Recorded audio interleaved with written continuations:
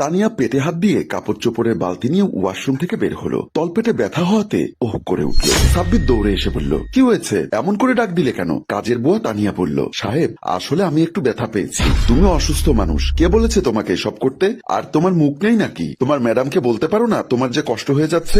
না সাহেব, কোনো সমস্যা হবে না, আমি পারবো। কারণ আমি যদি কাজ না করি তাহলে আমার ফ্যামিলিতে সমস্যা হয়ে যাবে। আপনার এখান থেকে স্যালারি নিয়ে ওই স্যালারির উপর ভিত্তি করে আমার সংসার চলে। তাই বলে কি তোমার শরীরের উপর চাপ পড়ার মতো কাজ করে টাকা ইনকাম করবে? যখন তোমার সমস্যা হয়ে গেলে তখন দায়ভার কে নেবে? সাহেব সমস্যা হবে না, আপনি টেনশন করবেন না, আপনি যান, আমি আপনার জন্য চা নিয়ে আসছি। সাব্বির আর কিছু না বলে রুমের ভিতর ঢুকে পড়ল। আমি তোমাকে বারবার বলেছি কাজের বুয়াটাকে মানা করে দাও, তুমি কোন রকম আমার কথা শুনোনি। ওর যদি কোন রকম প্রবলেম হয়ে যায় তাহলে দায়ভার আমাদের উপর পড়বে, সেটা কি তুমি জানো না? তুমি বলেছো, আমি শুনেছি, মাথায় নিয়েছি। ওকে যে আমি মানা করে দেব সময় মতো বিদায় করতে হবে। তো হুট করে যদি বিদায় করে দেই আর একটা কাজের বুয়া কোথায় পাবে সেটা তুমি ভালো করে বোঝো। কারণ আমি যদি কাজের বুয়া নিয়ে আসি তোমার পছন্দ হয় না। তুমি যেহেতু জানো তুমি কাজের বুয়া নিয়ে আসলে আমার পছন্দ হবে না, তাহলে এত কথা বলছো কেন? চুপ মেরে বসে থাকো, যখন ঝামেলায় পড়ে যাবে তখন চুপ করে বসে থাকার মজা বুঝবে। এখন সুন্দরভাবে বলছি, আমার কথা কানে যাচ্ছে না। এই বলে বিরক্ত হয়ে বের হয়ে গেল। তারপর শিরিন নিজে নিজে বলল, আসলে সাব্বির ঠিক কথা বলেছে, ওকে বাসা থেকে বের করে দেব। এখানে রাখা মানে প্রতিনিয়ত বিপদ। টেবিল পরিষ্কার করছে কাজের বুয়া তানিয়া। এর মধ্যে শিরিন এসে ফ্রিজ খুলে একটা প্যাকেট দেখিয়ে বলল, তানিয়া তুই যাওয়ার সময় এই জিনিসগুলো নিয়ে যাস, এখানে বেশি দিন থাকলে নষ্ট হয়ে যাবে জিনিসগুলো। ম্যাডাম গতকালকে ওই জিনিসগুলো নিয়ে এসেছে, কিন্তু নষ্ট হবার কথা তো নয়। তাছাড়া এগুলো যদি আমাকে দিয়ে দেন সাহেব বকাবকি করবেন আপনাকে।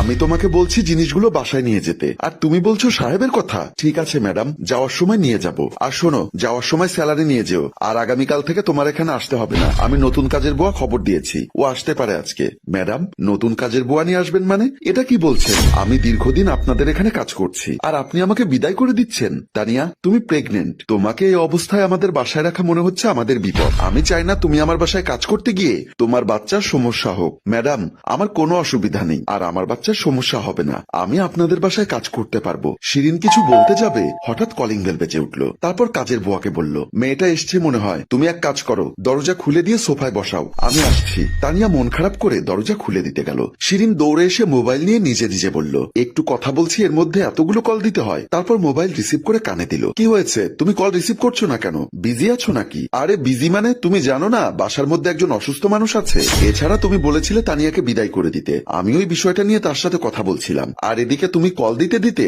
মোবাইল গরম করে ফেলেছো। ও আচ্ছা ঠিক আছে, তাহলে আমার ভুল হয়েছে। তো ওর সাথে কথা ফাইনাল করেছো? হ্যাঁ ওর সাথে ফাইনাল করেছি, আর নতুন আরেকটা কাজের বই এসেছে, ওর সাথে এখন কথা বলতে যাব। আর হ্যাঁ বলো কেন তুমি কল দিয়েছো? আমি কল দিয়েছি তুমি কোথায় সেটা দেখছি, আর বাসায় আসার সময় কিছু আনা লাগবে কিনা, কারণ একটু পরে আমি অফিস শেষ করে বাসার দিকে রওনা হব। না কিছু আনা লাগবে না, আমার মোবাইলে এমবি দিও, এমবি শেষ হয়ে গেছে। বাসায় ওয়াইফাই আছে না, আবার এমবি দিয়ে কি করবে? তোমার ওয়াইফাই তোমার মতো কোনো কাজের না। তাছাড়া আমি বাইরে গেলে এমবি লাগবে না নাকি রাস্তাঘাটে ওয়াইফাই পাবো? আচ্ছা ঠিক আছে বাবা, আমি তোমাকে এমবি দিচ্ছি। আর তুমি এমন একটা মানুষ নাসুর বান্দা। বলে দুজন দুজনের সাথে কথা বলছে। দুই কাজের বুয়া বসে অপেক্ষা করছে ম্যাডামের জন্য। শিরিন যাওয়ার সাথে সাথে দুজনে উঠে গেল। তানিয়াকে বলল, তুমি আমার পাশে বসো। তানিয়া পাশে বসলো।